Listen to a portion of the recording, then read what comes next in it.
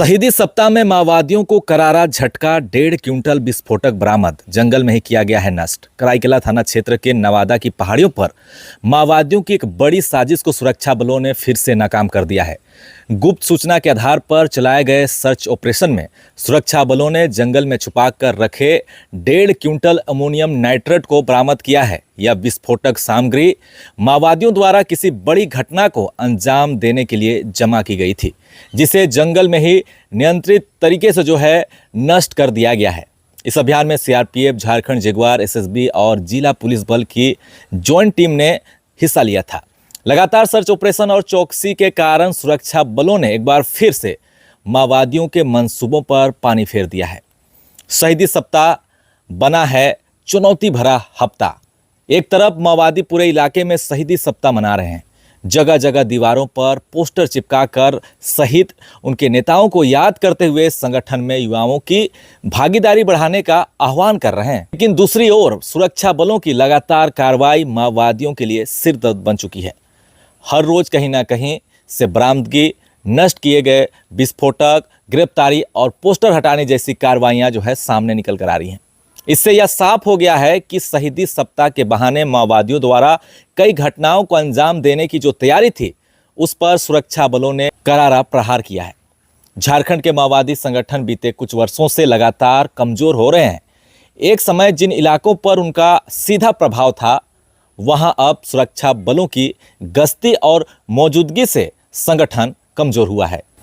झारखंड में माओवादी संगठन को लगातार झटके क्यों कमजोर हो रहा है रेड कॉरिडोर का गढ़, चलिए जानते हैं। झारखंड लंबे समय से माओवादियों के प्रभाव में रहा है। खासकर पश्चिम सिंहभूम, खूंटी, सिमडेगा, चाईबासा, गढ़वा, पलामू, लातेहार जैसे जिले कभी रेड कॉरिडोर के मजबूत हिस्सा थे। ये इलाके जंगलों से घिरे हैं।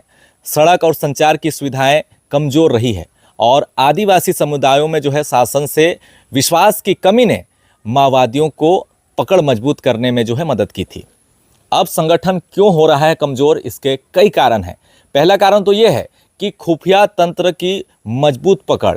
पुलिस, सीआरपीएफ, झारखंड जगुआर और एसएसबी की ज्वाइंट टीम अब लगातार जंगलों के भीतर अभियान चला रही है।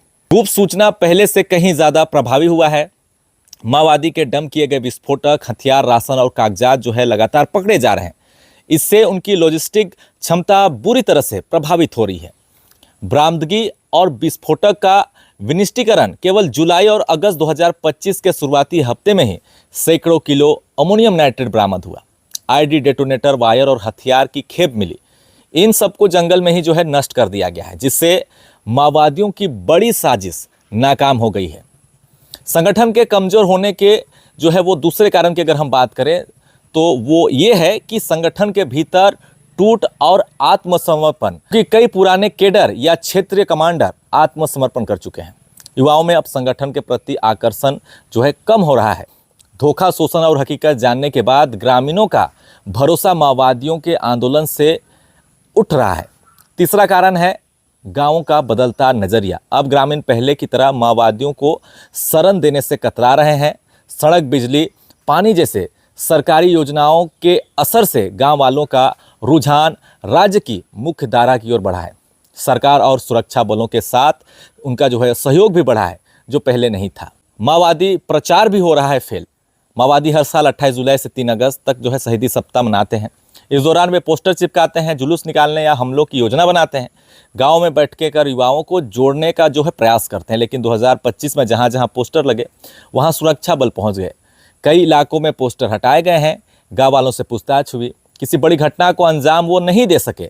इससे यह स्पष्ट होता है कि माओवादी प्रचार भी वो काफ़ी विफल हो रहा है और उनके लिए चुनौती काफ़ी ज़्यादा बढ़ चुकी है। फिलहाल अभी के लिए बस इतना ही। देखते रहे न्यूज़ आपका। नेक्स्ट अपडेट के लिए धन्यवाद।